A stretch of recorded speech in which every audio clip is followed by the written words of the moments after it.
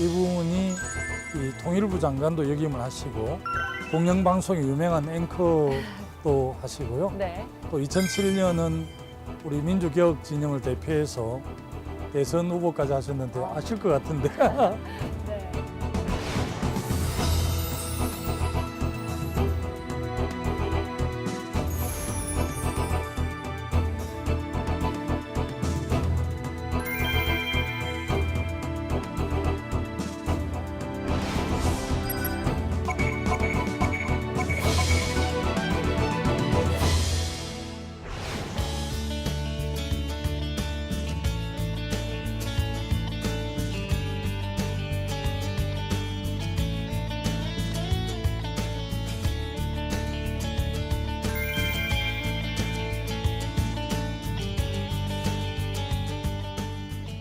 네, 오늘 인터뷰 릴레이 칭찬 오늘의 칭찬 주인공 정동영 의원님 만나 뵙겠습니다. 안녕하세요. 네, 반갑습니다. 네, 처음 칭찬 받았다 이렇게 전해 들으셨을 때 소감이 어떠셨는지 여쭤보지 않을 수 없을 것 같습니다. 칭찬받을 일이 별로 없는데 칭찬을 해주셔서 감사하지요.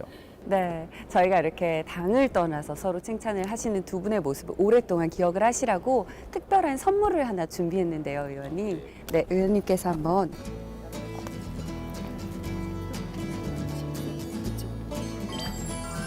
김두관 의원이 정동영을 칭찬합니다군요. 아무튼 감사합니다. 존경하는 정동영 의원님, 동생 같은 김두관 의원입니다. 2007년 우리 민주개혁 진영을 대표해서 대선에 그렇게 나가서 아쉬움이 있습니다만은 여전히 우리는 분단이라는 그런 가장 큰 과제가 남아 있기 때문에 의원님께서 한반도 분단상을 극복할 수 있는데 큰 역할을 해주시기를 부탁드리면서 인사드립니다. 네, 이렇게 당을 떠나서 두 분이 칭찬하시는 모습 정말 보기가 좋습니다. 또 2018년에는요, 정말 온 국민이 기다리고 있는 국민적인 이벤트가 있죠. 바로 평창 동계올림픽입니다. 올림픽 기간 동안에 올림픽 정신에 입각을 해서 일제 군사훈련 중단을 제안을 하신 바 있습니다. 이런 제안을 하신 까닭에 대해서 좀 구체적으로 들어보고 싶거든요.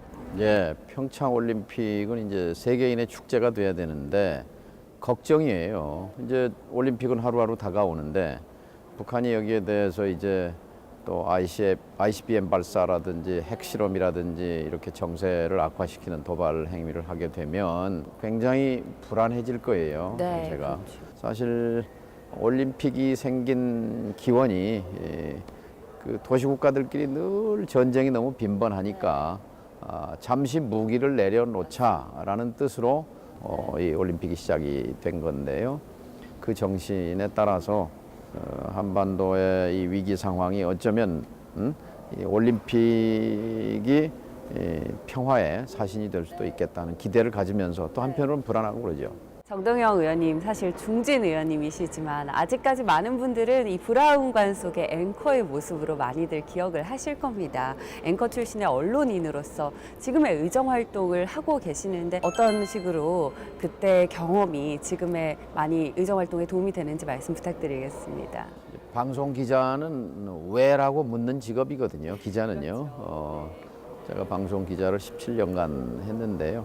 뭐 앵커는 조금 했습니다만 정치, 경제, 사회, 군사, 외교 이런 문제들이 왜 생기는지에 대해서 묻고 그다음에 어떻게 해결해야 하는가에 대해서 해법을 찾고 하는 대안을 찾고 하는 그런 것들이 언론인의 직업과 정치인이 유사성이 있다고 생각합니다. 네, 사실 의원님께 축하드려야 할 일이 하나 있을 것 같은데요. 이 경실련이 선정한 우수 국정감사 의원상을 받으실 줄로 압니다. 이 상 어떻게 받게 되셨는지 그 배경에 대해서 좀 들어보고 싶은데요. 감사하게 생각합니다. 제가 국정감사에서 집중한 것은 불평등의 문제예요. 근데 이 불평등 벌어진 거의 70% 이상이 결국은 부동산 문제입니다. 집과 땅의 문제거든요. 그래서 지금의 서울의 아파트 값은 비정상이거든요. 젊은 사람들 집을 가질 희망이 없어졌잖아요. 그럼 이 문제는 결국 정치의 문제거든요. 근데 우선 첫 출발은 그 부동산 값의 안정을 위해서 분양 원가 공개와 후분양제.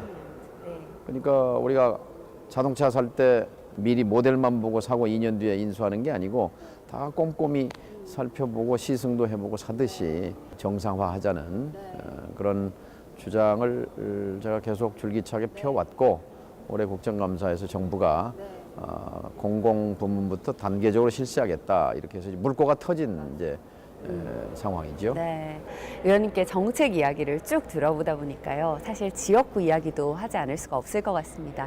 전주에서 4번이나 당선되셨을 만큼 이 전주와의 인연이 참 깊으신데요.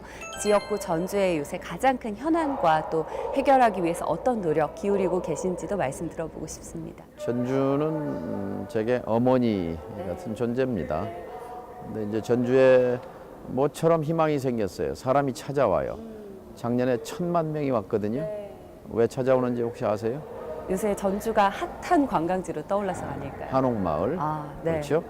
그래서 이 한옥마을이 이제 1,000만 명이지만 또 앞으로 1,500만, 2,000만 명이 특히 젊은 사람들이 많이 찾아오게 돼요. 그런데 전주의 관문인 전주 역사가 너무 오래되고 낙후되고 비좁고 그래요. 그래서 지금 국회에서 전주역을 새로 짓는 문제를 네. 추진하고 있는데 지금 예산 당국과 줄다리기가 지금 한창입니다. 네. 저도 전주 여행 한번 가봤는데 굉장히 네. 좋더라고요. 한옥마을 가보셨군요. 네. 예. 의원님께서 이제 또 다른 의원분을 칭찬을 해주셔야 할 시간입니다. 칭찬 받으신 것 다른 동료 의원분께 전달해 주시면 되는데요. 오늘 의원님께서 칭찬하실 이분을 어떻게 표현하면 좋을까요? 근데 저랑 생각은 좀 다르지만 그러나 이제 그 의원 외교를 나서는 데 있어서 말하자면 균형 잡힌 시각으로 이렇게 합리적으로 설명하는 걸 보고 참 대한민국 의원의 정치인의 수준을 보여준 거다 싶어서 저는 그분을 칭찬하고 싶습니다. 네, 그렇다면 정동영 의원님께서 칭찬하시는 이분 어떤 분인지 의원님께서 직접 말씀해 주시죠. 자유한국당의 외교통일위원장도 지내셨어요. 나경원 의원을 칭찬합니다.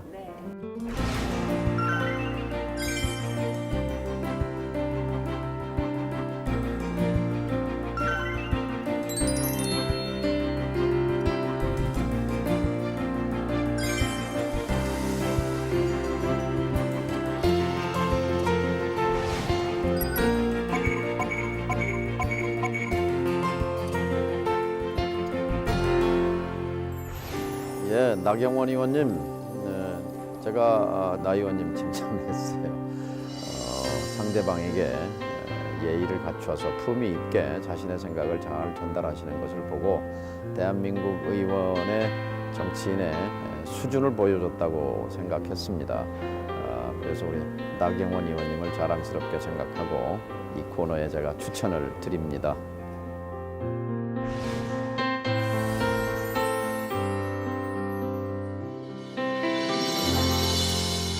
오늘 의원님 시간 내주셔서 이렇게 인터뷰 응해주셔서 감사합니다. 고맙습니다. 네, 고맙습니다.